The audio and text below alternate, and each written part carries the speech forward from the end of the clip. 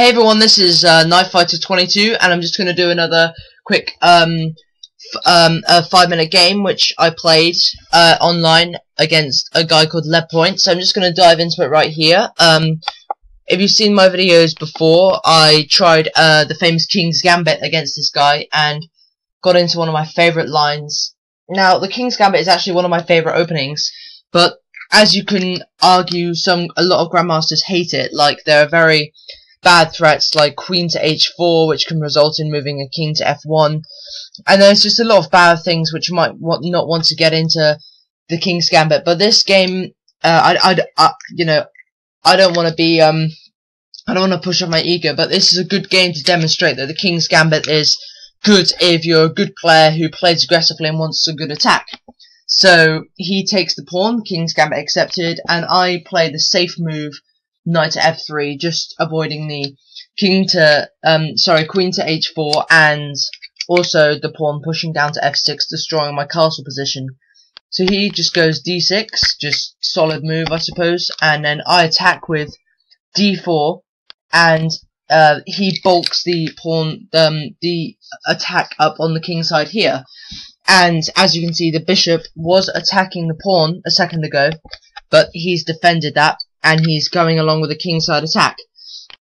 So if he's attacking on the king side, what do? You attack on the queen side. So I really push these pawns up here. So I've got all on the 5th rank from b5 to f5, all on the control.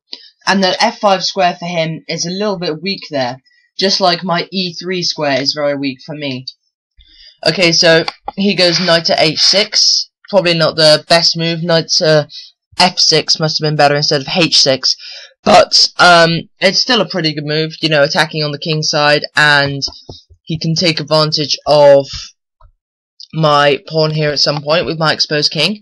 So I go knight to c3, and then he places other knight to the rim of the board, and I think he's just trying to target b4, so I just play a3. And then he goes queen to e7, and I have to be careful about my e4 pawn here, because he could play something like a very strong knight to f5, and this is say if I take here, I can't take here because then he can take my king. But then on the next move, of course, he'll be able to get his knight down to e3, and that's not going to be very good for me, is it? So I go bishop to d3, protecting that pawn.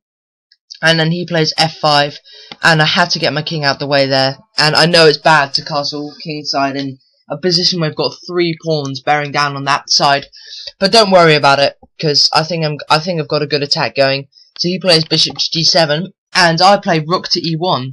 So now this asset which he had of this of my king being there is now a liability, because obviously a rook is a lot less valuable than a queen. And if I take there on the next move, then his queen is going to be stuck in front of his king, because it has to protect it. So he castles as well, and I now take the pawn, attacking his queen anyway. And he goes queen to f6, and I attack the queen again with knight to d5. And so forth, he moves it back to d8. And now you can see that the King's Gambit opening for me paid off a little bit, because my pieces went out in development quickly instead of his, which aren't really doing much on the edges of the board. And, you know, I've got a good attack against his king, about to thrive into his lines. So I just play queen to c2, and this is obviously going to attack h7 with a tempo. And he goes rook to e8, at which point I just play bishop to d2. And it is a liability for him to take here, because he takes and I recapture, and I still have control of that e-file. And instead of having his rook on f6, he now has his only rook right in the corner on a8, when it's going to take him like 3 moves to do something good with that rook.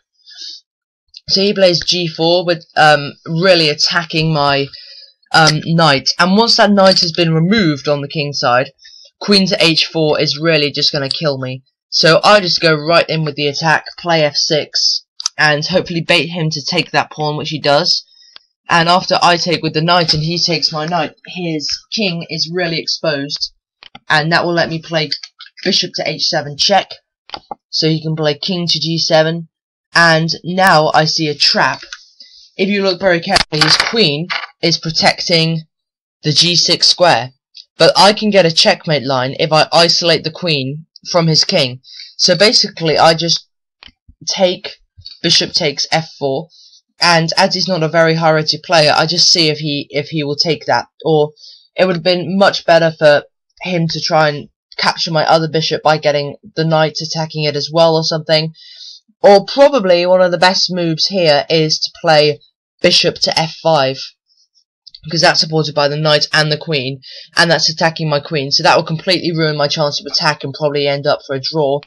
But instead he takes the bishop, so now you can just see this crushing attack, which is queen to g6, and this basically just kills him. Most of you will probably see the checkmate from here. It's just king to h8, and then bring the next piece into the action, because I can't move my queen to g8 because obviously the knight is there, so I have to play rook to e8 first, and then obviously he's forced to either play queen to f8 or knight, but he just plays it with the knight to end the game quicker, and can take with either piece here, but that is checkmate with the queen to g8. So yeah, it was a pretty good game, crushing attack. King's Gambit worked pretty well for me in this game, but I'm going to post some games in a minute when the King's Gambit didn't work very well for me. So you can see that actually I am not a very good chess player, and the King's Gambit only works for me about 50% of the time, and the other times it's a very low draw percentage, so you either win or lose. So it's like a gamble, it's like a gamble gambit. But anyway, this has been KnightFighter22. I hope you enjoy my video about a match against leadpoint. Please check out all my other videos. Thank you very much for watching, and I wish you good luck with your chess. Goodbye.